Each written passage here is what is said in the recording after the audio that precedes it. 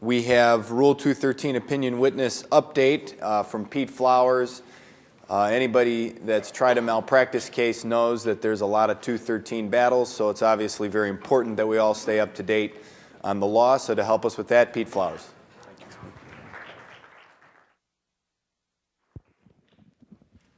So, before I do that, I want to, I was not a believer in Kevin's position. Until 6 months ago, I tried a case in southern Florida, a hip dysplasia case. And my co-counsel there was a big believer in Kevin's position, and now I'm a complete believer in it. I do think that you need to call the defendant doctor first, as long as you've properly done your homework in the deposition, because it made a huge difference in that case. Plus, we talked to the jury, because I do a bunch of this garbage sometimes, but I talked to the jury afterwards for a long time, and that's exactly what they were pointing out as you were going through. We started to understand the case much sooner, combined with the fact that you got to the heart of the case. They're there unfortunately, for a show to a degree, so I commend you, Kevin. You've got it much quicker than I ever did. So my topic is 213. 3 things I'm going to do so you can get to the next speaker, which is more important, which is lunch. One is, I'm going to talk about this pilot project that's going on in Chicago that I think could affect all of us. Part of my practice in Chicago, but a lot of it is not. But I think it could have a dramatic effect on how we deal with 213. I'm going to talk about some case law real quickly, and then I'm going to talk about F2s for a second, just from the perspective of moving the case along, because one of the biggest issues that we face is the fact that these cases take forever to get completed. A lot of times it's out of our control, and at least in my office, we're trying to take control of it by doing some newer things. So in terms of this pilot project, for those of you who don't know, is back in August of 2011, Judge Maddox here in Cook County signed an order which established a pilot project for simultaneous disclosure of 213 F3 witnesses. This was the brainchild of Judge Flanagan, and I think she got a lot of her information from various conferences. Anyone that does work in federal court, at least from my perspective, although we fight about this often, simultaneous release is required. So do a lot of states, and Judge Flanagan felt that it would be a great idea to test it in Chicago to see if we could speed along cases. So Judge Maddox agreed, and we're off to the races. The time frame of the project is from September 1st to June 1st of 2012. So it's going to be over relatively soon, and we're going to get a report on where things are at. Specifics-wise, only what are known as Cat 2 cases, which are cases that are designated as 28-month discovery track cases in Cook County, were allowed in. You had to apply, and you only were going to be permitted in if you had completed F1 and F2 discovery, but F3 had not began yet. If you were, in my opinion, lucky enough to be accepted, you were put on this track, and what would happen would be that at a certain time, simultaneous disclosure of F3s were ordered, and both sides would issue their answers, and then 30 days after that, both sides could supplement their disclosures with any new opinions that were raised in the other's disclosures. You have to think about this a lot, because there's some issues. It goes back to the age-old story, though, that when we answer 213 F3s, you better put everything in there. Chris was talking about even the ridiculousness of having to put in all that stuff on death. When we do it, we make them extremely detailed, and if this process goes into place, you better do that, because there's some pretty harsh penalties. Once, though, that secondary period of what would have been rebuttal opinions were given, then the DEPs would begin, and the DEPs would follow the same path. Plaintiff steps first, then defense steps. I think there was, of course, a lot of complaining, I would call it whining, by the defense bar, almost exclusively the med-mal defense bar. So a slight adjustment was made in that Judge Flanagan and the 2 other judges involved were requiring the plaintiffs at a certain stage, or are requiring the plaintiffs at a certain stage, to disclose the number of experts they have and the types so that the defense has a certain period of time to make sure they have experts that line up before this date on simultaneous release occurs. You know, the great example of this that I heard at some seminar I was at was the defense whining about the fact that, well, we don't know and we're going to need to have an economics expert.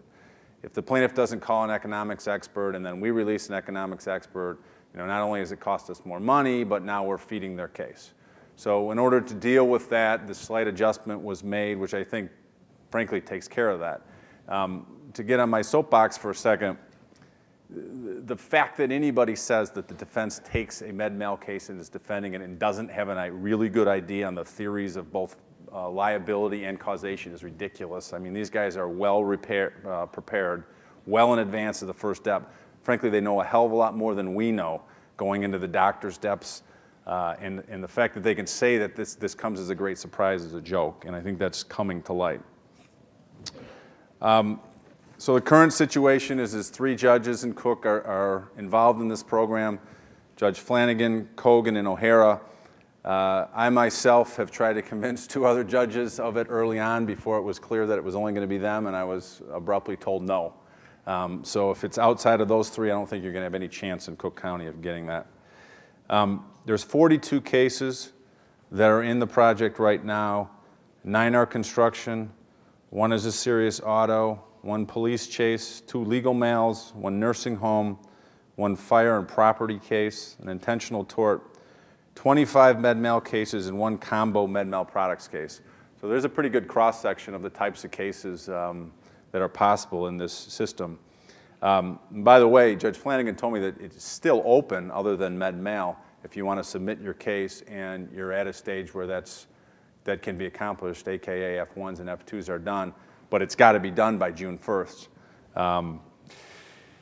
So what happened was initially there was an attempt to sabotage the program, I think is the way that I put it, by complaining. There's a committee of both plaintiffs, defendants, insurance carrier representatives that all have time to give their opinions.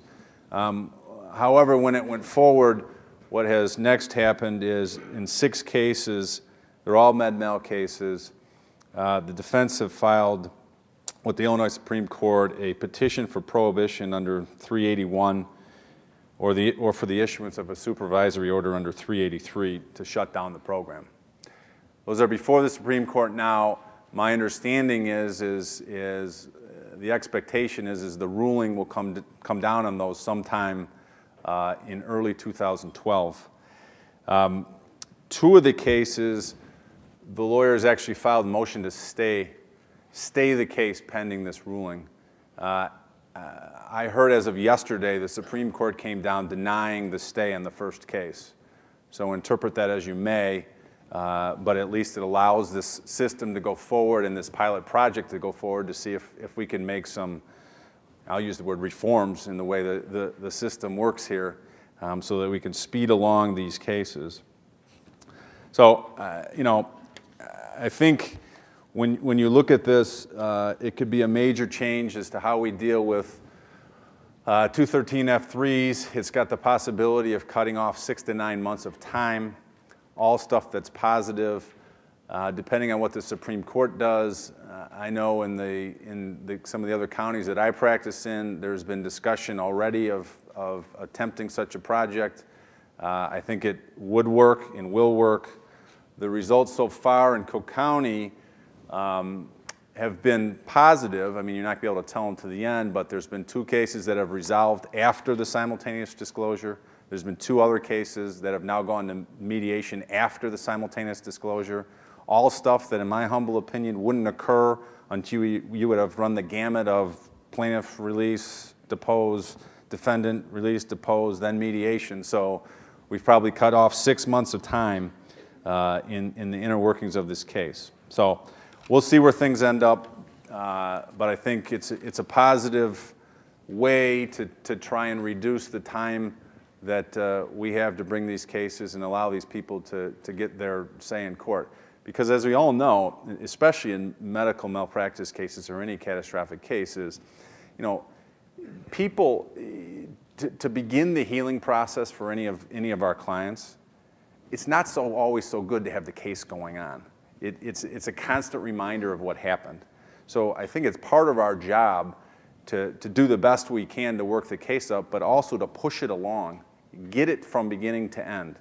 Because in order for these people to heal, frankly, they need this case to be resolved. Two is on the case law update.